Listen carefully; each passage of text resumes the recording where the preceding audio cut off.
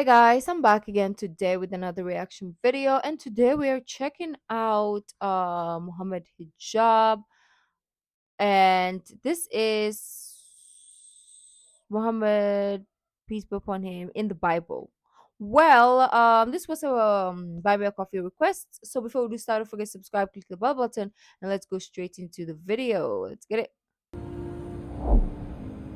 This was requested by someone, I believe. People in the comments were like, "Duh, Rukia, someone." Assalamu alaikum wa rahmatullahi wa barakatuh. How is everyone doing? This is the 9th session, and we're going to be talking about something very important, which is about the prophecies of the Prophet Muhammad sallallahu alaihi wasallam that can be found in the Bible. Before I do that, I'm going to leave it to our qari to read, inshallah ta'ala, that part of the poem. فصل ذكر النبي صلى الله عليه وسلم في العهد القديم. رسالة الرسول قد دلت حجج على ثبوتها بلا أدنى عوج، بما عن العهد القديم قد ورد في أشعياء وهو فيهم يعتمد، بأنه ياتي إلى سكان قيدارة وهو واضح البيان، وأنه ياتي مكان سالع أي في مدينة النبي الشافع. Right, so in this poem, the Nazim basically mentions, or the Sheikh basically mentions Sifr al-Ash'aya, which in Arabic is basically the book of Isaiah. And the book of Isaiah potentially is the most clear of what we have today in terms of the 42nd chapter of Isaiah, in terms of predictions or mentioning of a prophet that's going to come in the future. And when we go through it, and we will go through it, it's going to be clear to us that the descriptions are of none other than the Prophet Muhammad sallallahu alaihi wasallam. But before we do so, I think it will be befitting to have someone recite chapter 7, 157, which is a key ayah in the Quran, which mentions some points which we should also pay attention to. So this is chapter 7, verse 157. أعوذ بالله من الشيطان الرجيم. الذين يتبعون الرسول النبي الأمي الذي يجدونه مكتوبا عندهم في التوراة والإنجيل يأمرهم بالمعروف وينهاهم عن المنكر ويحل لهم الطيبات ويحرم عليهم الخبائث ويضع عنهم إصرهم والأغلال التي كانت عليهم فالذين آمنوا به وعزروه ونصروه واتبعوا النور الذي أنزل معه أولئك هم المفلحون.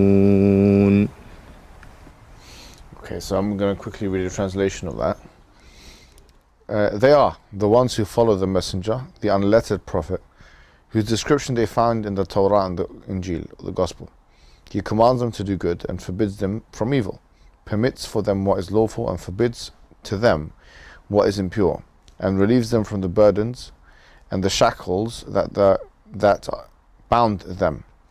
Only those who believe in him, honor and support him, and follow the light sent down to him will be successful. Now, interestingly, and this is in the next slide, there is actually a hadith on this matter, and this hadith is in Bukhari, and it's narrated, as you can see, by Ata ibn Yasir. As you can see here, Yasar. And here, I'm going to read the English. It says that he narrates that, tell me about the description of Allah's messenger, which is mentioned in the Torah. He replied, yes, by Allah, he is described in the Torah with some of the qualities attributed to him in the Quran as follows. Now bear in mind that the books that we have now of the Old Testament, or what is referred to as Torah, or the first 5 books, they have undergone significant revision. There's been manuscripts that have been found, there have been changes that have been made, and that's an open secret now. It doesn't require too much discussion. Only someone who is a religious fanatic or blind to the evidence would think anything other than this. For example, the Masoretic text which many of the Old Testament much of the Old Testament translations are based on, underwent significant transformation when they found the Dead Sea Scrolls in the last 60, 70 years, whenever it was they found the Dead Sea Scrolls. And so when they now, the Old Testament translations, make a decision for what goes in and what is to be excluded from the Old Testament, they decide whether it's going to be the Masoretic text or whether it's going to be the Dead Sea Scrolls, and or if it's going to be the Septuagint. And for those who don't know, the Septuagint is a Greek translation of the Old Testament. Now you may ask, well, what is a Greek translation of the Old Testament doing as one of the primary sources for trying to find out what the Old Testament is? They consider it one of the most important and primary sources, and in fact what they have to do is translate it into Hebrew. So there's a translation process. And it's not inconceivable to think that they would actually prefer a Septuagint translation over and above, for example, a Dead That Sea word. My manuscript second time ever translation. hearing If it. that has happened, that does happen. And so many of the times you maybe a second At least this time I know the meaning, because the first time I didn't get the context of the word. Uh, it was a funny video, and I didn't care to search for the meaning as well because I couldn't spell it. To be honest, so thank God I came across this word again, and now we know the meaning. Subtuit. What? How do you even pronounce it? that has happened, that does happen. And so many of the times you maybe a section of the Bible will depend entirely on a translation of a text from the Greek into the Oh, I Hebrew. didn't go back that far. So this is the kind of thing we are Anyways, dealing with. We'll see if he mentions it again. We are not dealing with a book that has been preserved. And so at the time of the Prophet Muhammad sallallahu alaihi wasallam, it's important to note that what they were reading then is different to what we're reading now. And Ibn Taymiyyah believes in his Al-Jawab al-Sahih, his major work on kind of comparative religion, he believes that actually, and this is a minority opinion, it is a minority opinion, that the Torah in its original form was actually preserved at the time of the Prophet. He believes that. Oh. Whereas Ibn Hajar and others, they disagree with that, and they show that actually it has been corrupted and so on. So this is the relevance, because you'd be thinking, okay, why is he mentioning what's in the Torah if the Torah is muharraf, if it's corrupted? There's two ways of answering that question. If you go with the majority opinions, because A, that part of the Torah would not be muharraf, and or B, that actually the Torah would not have been muharraf according to Ibn Taymiyyah at that time, which is corrupted. In either event, it's not a problem for us. What is interesting about this is that now you have this companion telling us what he is reading from the Torah at the time of the Prophet. He replied, yes, by Allah, he is describing the Torah with some of the qualities attributed to him in the Quran as follows. O Prophet, we have sent you as a witness for Allah's true religion, and a giver of glad tidings to the faithful believers, and a warner to the unbelievers, and a guardian of the illiterates. You are my slave, and I am my messenger. Okay, I have named you Al-Mutawakkil, or the one who depends upon Allah. You are neither discourteous, harsh, nor a noisemaker in the markets, and you do not do evil to those who do evil to you, but you deal with them with forgiveness and kindness. Allah will not let him, the Prophet, die till he makes straight the crooked people by making them say, none has the right to be worshipped but Allah, with which will be open blind eyes and deaf ears and enveloped hearts. Now, interesting, because we are going to read now the biblical verses, and they're there in the slides, but I'm going to read them myself. And I want you to just think about those descriptions that I mentioned in the hadith, whilst now we read Isaiah chapter 42.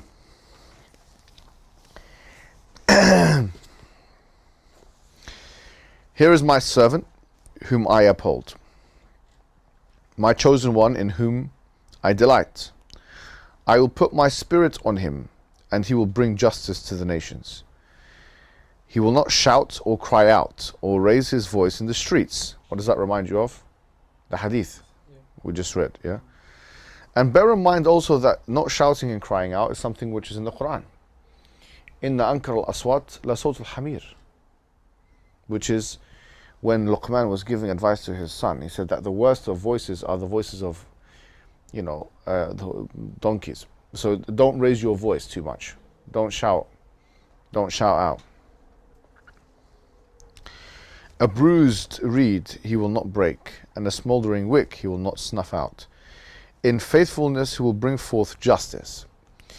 He will not falter or be discouraged till he establish justice on earth. Now this is interesting, because the word haaretz in the Hebrew language, which means the earth, it's not something specific. Here it's indefinite. It's talking about the entire earth, in fact. And we know that Jewish tradition says that actually prophethood was only sent to the Jews. So this person who's obviously being described here, he's going to come not to the Jewish people or the children of Israel. He's going to come to all of the world, and he's going to try and spread justice through all of the world. And this is extremely significant. He will not falter or be discouraged till he establishes justice on the earth. In his law the islands will put their hope. The islands, and this is plural now. This is what God the Lord says. He who created the heavens and the earth. He who created the heavens and stretched them out. He who spread out the earth and all that comes out of it. Who gives breath to its people and life to those who walk on it. I, the Lord, and this kind of language is similar to what you find in the Quran.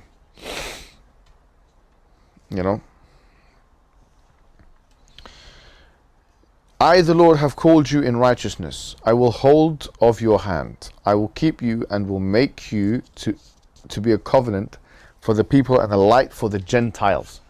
Now, the Gentiles are non-Jews. Very interestingly, first of all Jewish prophets were not sent to the Gentiles. They were sent to the children of Israel. But even Jesus, for Christians who want to say this is about Jesus, he wasn't sent to the Gentiles. He himself stated that he was sent to the lost sheep of Israel. A very famous narration. I'm not sure if any of you know it, and you should know this narration, because it's actually, and we would say this definitely didn't happen, but this indicates racism and discrimination. A Canaanite woman came to Jesus in the Bible, the New Testament now, and she asked him to heal her, and he says he called her a dog, basically. I've heard this. I don't after know she who begged him a little bit mentioned more, this he before, healed but her. And they say, well, that abrogates the first thing. It doesn't abrogate anything. He still called her a dog because she was a Gentile. She wasn't a Jew. And you can look at this very famous verse. And Jesus in the New Testament said, do not go in the way of the Gentiles, for I was only sent to the lost sheep of Israel. Very clear and decisive verse. It's only really, when you look at the history of Christianity, when did Christianity become a universalizing religion? It's with Nashim It became a and universalizing Jeff's religion conversation. when This Paul verse was, had an interpretation or it of might be Christianity, Ahmadi that I which might be was universalizing, which was we'll go to the Gentiles and so on. But I'm not sure if you guys know who James is. Who knows who James is, according to Christians? Yeah, the brother of Jesus Christ. They believe he's the brother of Jesus Christ. And James, if you look at the books he was supposedly written and so on, he was firmly on the Old Covenant. He firmly believed in the law, or what the Jews today call the halakha. He firmly believed in all that. In fact, and we can go into this, but he tested Paul himself about things like circumcision. I mean, they were fighting each other for circumcision. He tested Paul to see if he in fact believed in the law. And Paul replied that yes, he believes in the law. He believed that, and he was lying, actually.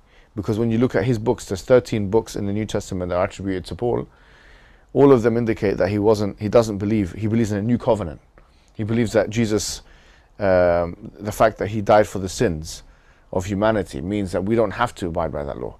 So he pretended, when he was in front of James, to abide by the law. But when in his own teachings, he didn't abide by the law. So the universalizing message of Christianity was partly because of Paul, and then because of the Roman Empire.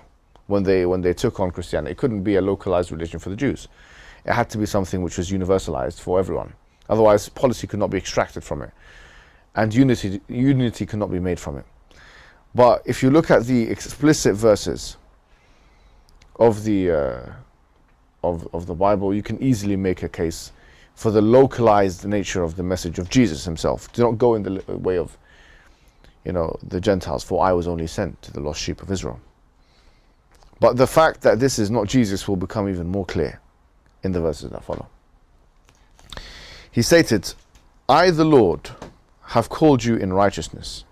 I will take hold of your hand. I will keep you and will make you to be a covenant for the people and a light for the Gentiles, to open eyes that are blind. And what does that remind you of? To open eyes that are blind. The Christians will say this is Jesus. But what did we see in the hadith? We saw this exact terminology. Who remembers what the hadith said? Yeah, with which will be opened blind eyes and deaf I can't ears even see. and enveloped hearts. Exactly. To open eyes that are blind. To free captives from prison and to release them from the dungeon. What does that remind you of? Not the hadith, but something even clearer.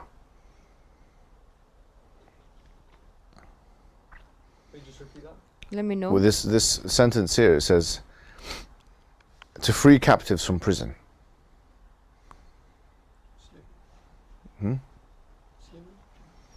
Say again? Slavery? This is captives. It could be prisoners. The conquest of Mecca. No.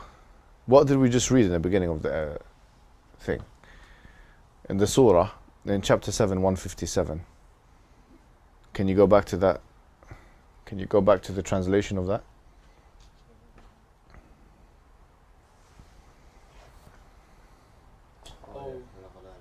Okay, yeah. والأغلال التي كانت عليها. Yeah. Was عليهم. عليهم, yeah. Yeah. والأغلال التي كانت عليهم. So, which means, how is that translated? And relieves them from the burdens and the shackles that bound them. Beautiful. So they were imprisoned, they were in shackles, and then they were made free from those shackles. So what do we find here? We find here it says, to open the eyes that are blind, which is in the hadith, to free captives from prison, meaning to release them. Some people will watch this and say, but this is a far-fetched.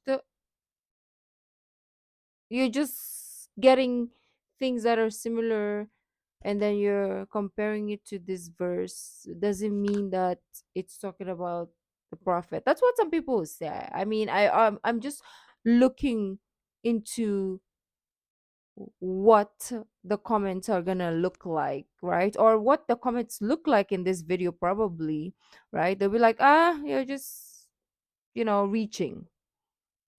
From the shackles and release them from the dungeon. Okay, so this is not an actual dungeon. This is metaphoric speech. Those who sit in darkness. So if those who are sitting in darkness, that must mean that the person that is coming must be coming with what? Light. And what does the ayah continue to say?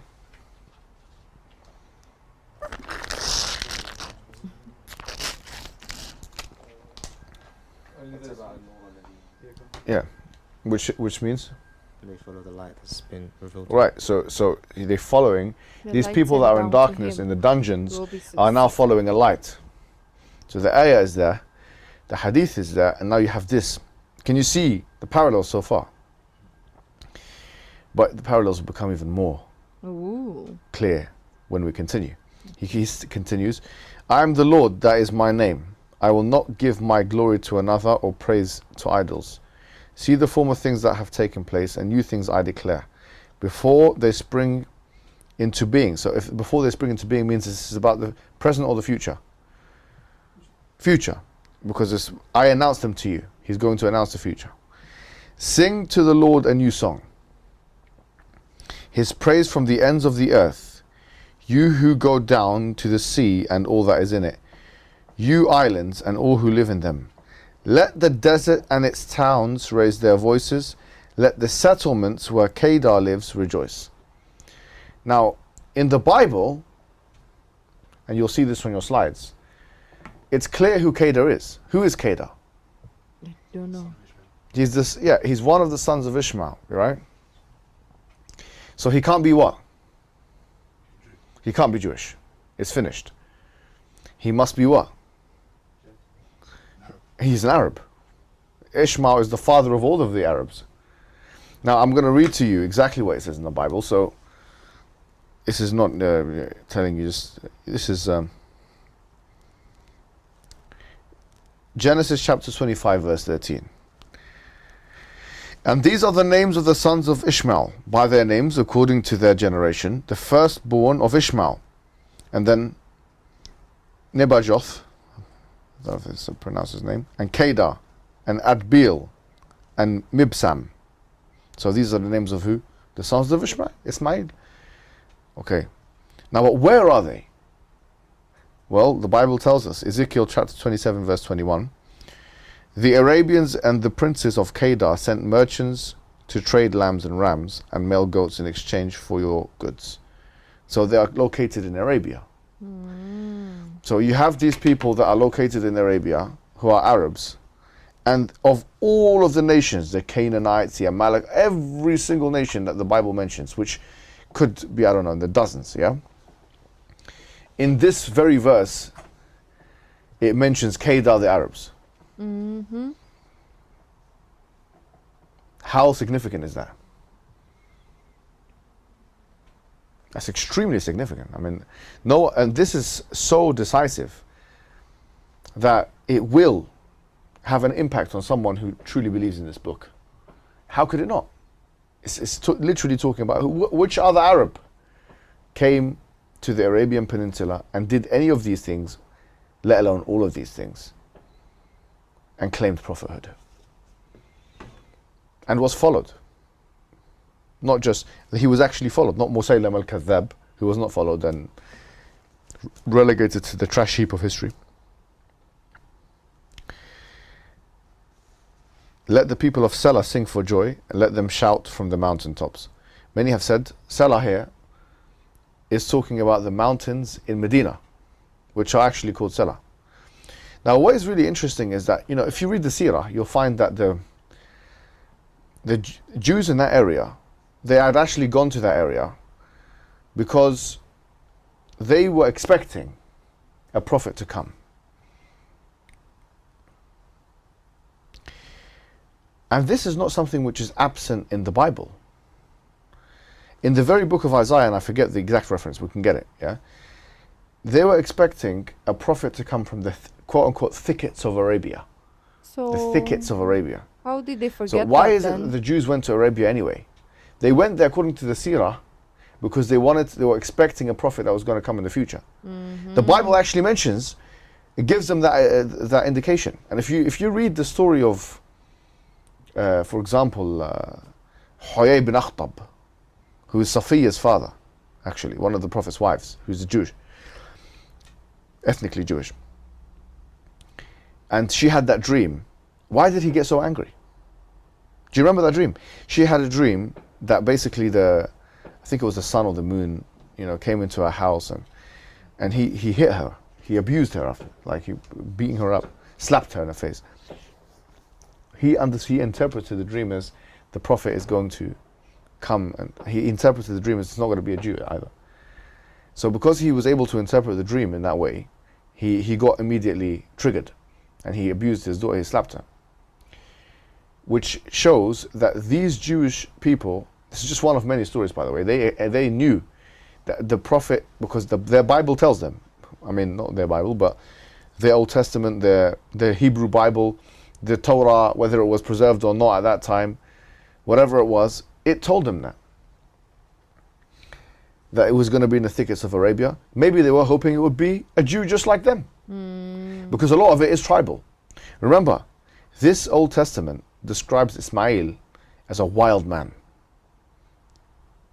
You can easily see, with all due respect, and I have no problem saying this, the racism in this book. I was gonna say that. Yeah, because I was gonna say that, but then I'm like, Ruki, just don't escalate it to racism. Don't equate everything to racism. So I try to shut my mouth.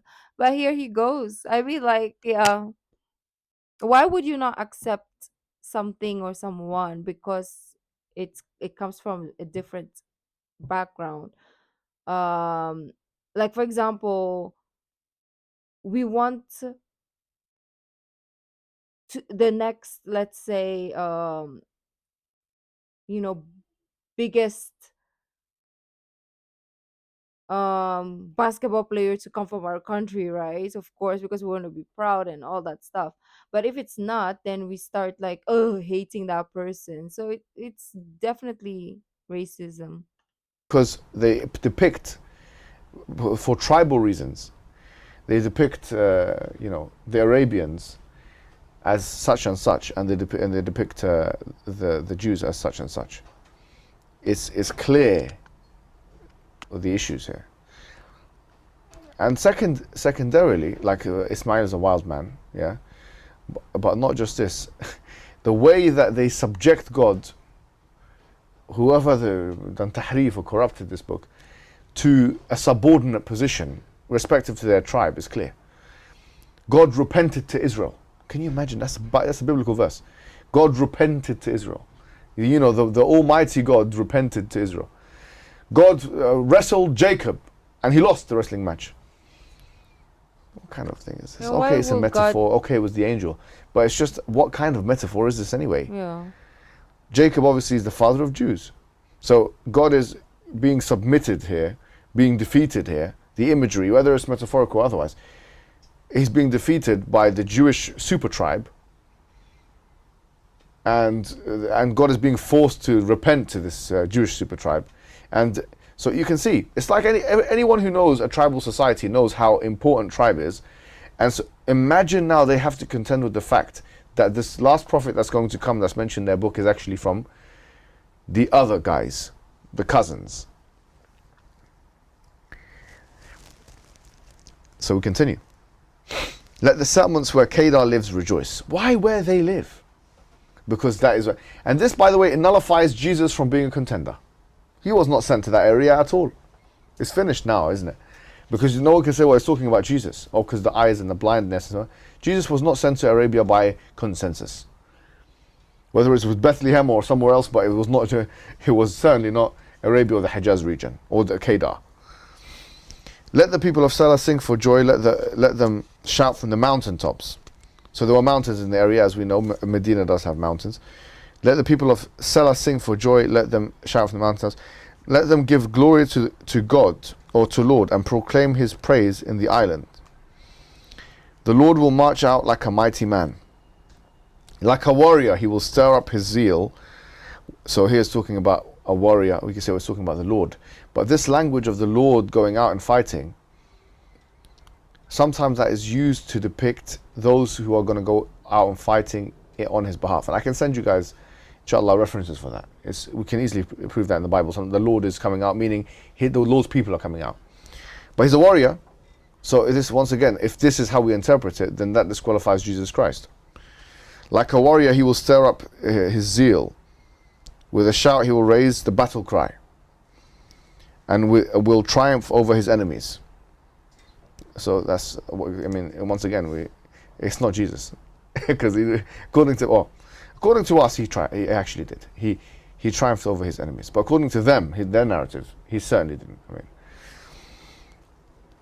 And by the way, just on this side note, and we'll cover this more in detail, the crucifixion, it's really interesting to look at Psalms 92. Because Psalms 92, almost like even Augustine, major scholar, he considered that to be a prophecy of Jesus. And you know what it said in Psalms 92? It seems that the angels will raise Him up. Now obviously but He'll be saved. Basically the messianic figure will be saved. He will not be killed, basically. He will be saved. And so our narrative is in line with the prophecies in the Old Testament, way more than their narratives are. Whether it relates to Jesus or whether it relates to Muhammad. And they can't make this relate to Jesus.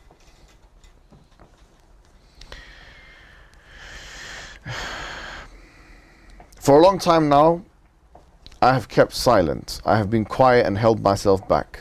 But now, like a woman in childbirth, I cry out, I gasp and pant. I will lay waste the mountains and hills and dry up all their vegetation. I will turn rivers into islands and dry up the pools. I will lead the blind by ways they have not known. Along unfamiliar paths I will guide them.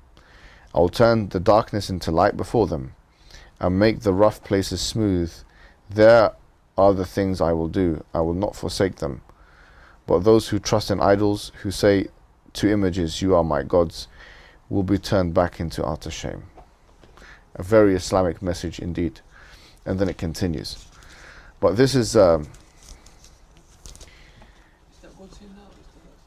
pardon? Yes, yes. But what I will say is this, before we... because it's going to be a pretty short session in terms of what we cover. Who they say it is. So I wanted to find out who are the Jewish people, because we know that Christians are going to say, for the most part, it's Christ, and that's very weak, as we've seen. But Jewish people say the identification of the servant in these verses is possibilities include Cyrus the Great, according to Sadia. Okay, they say Cyrus. Cyrus was a polytheist. By his and this Sadia keeps coming up by the way, the Jews have something called Midrashim. So they have something called they have something called Halacha and Haggadah, or Agada. So the Halacha is the Sharia and Agada is the Tafsir. And then you had something called Midrash, or the Midrashim. The Midrashim is the plural of the word Midrash, which is basically the exegesis of the Old Testament. In this case, Midrash Rabbah is the interpretation or the exegesis of the first 5 books of the Old Testament, which they consider to be the Torah. They don't have Midrash for this because clearly it's not in the first 5 books. It's another book. The first was like this 5th or 6th book of the prophets. The Nevi'im, a Navi is basically a Nabi. So this is in that collection. So they don't have, I have not come across Midrash on this. But what we're looking at here is now the opinions. These guys, Sadia and Ibn Ezra and Osaya and these names, they keep coming up. They're the most authoritative names, basically. Yes. So do they have a Midrash for all of 5 books? Or no? From when I looked at it, it wasn't complete. I don't think it's complete. I think,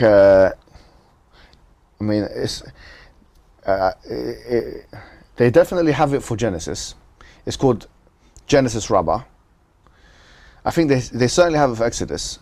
Now Leviticus and Deuteronomy's Numbers, I have to look again and see if it's complete, because from when I looked at it last time, it wasn't actually complete. I had the whole set in front of me. But you can, basically there's a website, if you want to know about Jewish stuff, Sefaria.com. Sefaria. And this is the most compendious, encyclopedic database for Jewish material, whether it's the Talmud, because remember the Talmud are the rulings, like the Ijtihadat and the Ijma'at, if you like, of the Jewish scholars from whenever it was. And they have 2 major Talmuds. They have the Babylonian Talmud and they have the Palestinian Talmud. Okay, so you have 2 Talmuds where you'll find rulings. And then, as I've mentioned, you then have the commentaries like Midrash, or the Midrashim, like Genesis Rabbah, like Exodus Rabbah, and so on. These are you'll find them on there. And then you'll find the Talmudic stuff, and a whole range of commentaries and discussions and stuff like that. Sefaria is by far the best resource you can access Jewish material on. And so yeah, I mean, for sure we can say that. So that's one. It can't be Cyrus now. Some of them say Cyrus. He's Persian as well. Yes, yeah. Exactly, beautiful, right? But they say because he left the east and west, he must have went to the Kedar. They need someone that has been in that area, right? Oh. So they say it's him. But he's a polytheist. There's even extra biblical information saying that he was worshipping, I don't know, this god and that god, and it's engraved in stone. Like, you can easily find this stuff. Some people say it's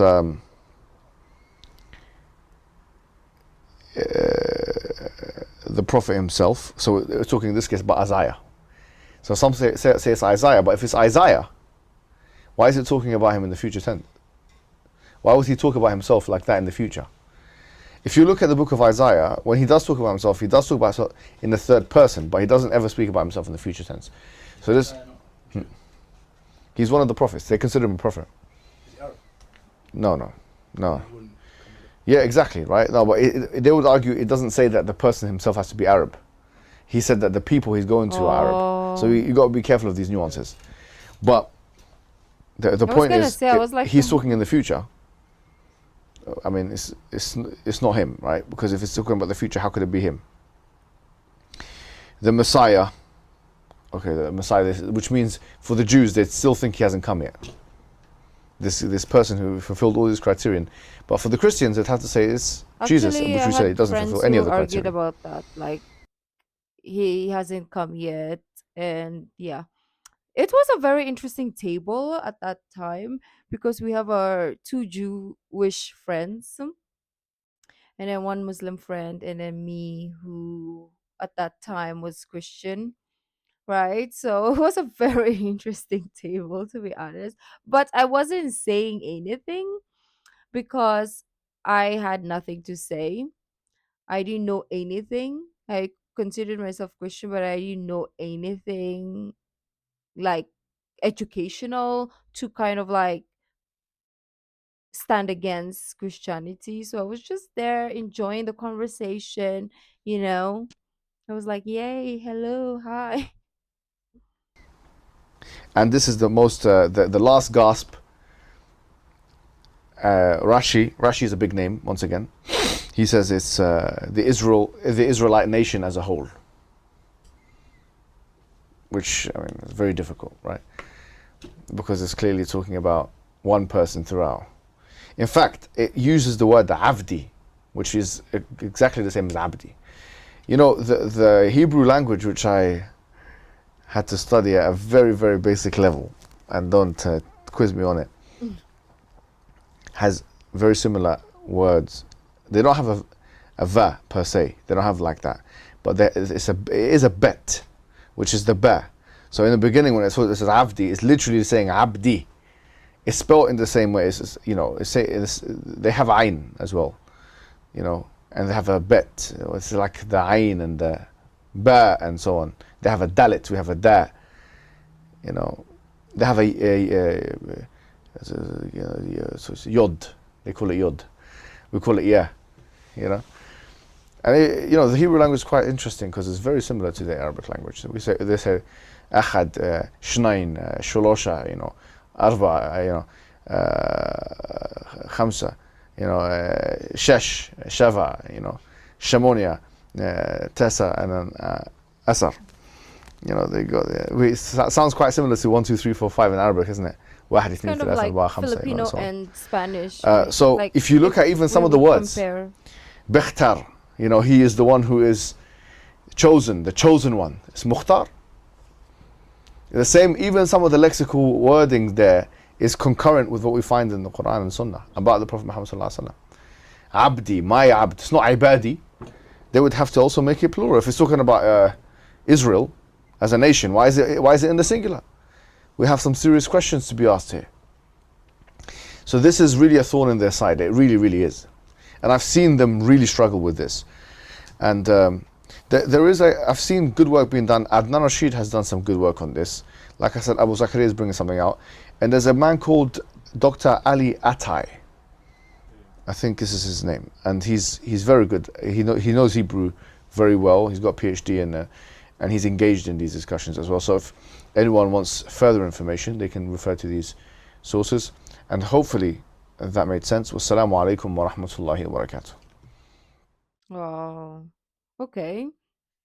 My perspective, I'm not 100% sold. I feel like there is one verse in the Bible. I don't know where it was or who talked about this. It's even closer. I think it's Ahmed Didat, right? It could be him. It's closer to this Isaiah verse. I would say. If we use this verse, there's a lot of like, but there's a lot of people that will rebut and say a lot of things. But the verse that Ahmedita used is closer, I would say, in describing the prophet. So, in terms of like where my stance is in this context, in this particular video only, I would say I'm not 100% sold, right? I would be at a probably 60%, but the one with Ahmed Didat, yeah, that is super close. I would be like 90% sold in that one, right? So let me know what you guys thought. If you like the video, don't forget to give this video a thumbs up, subscribe. I'll see you in the next video. Bye.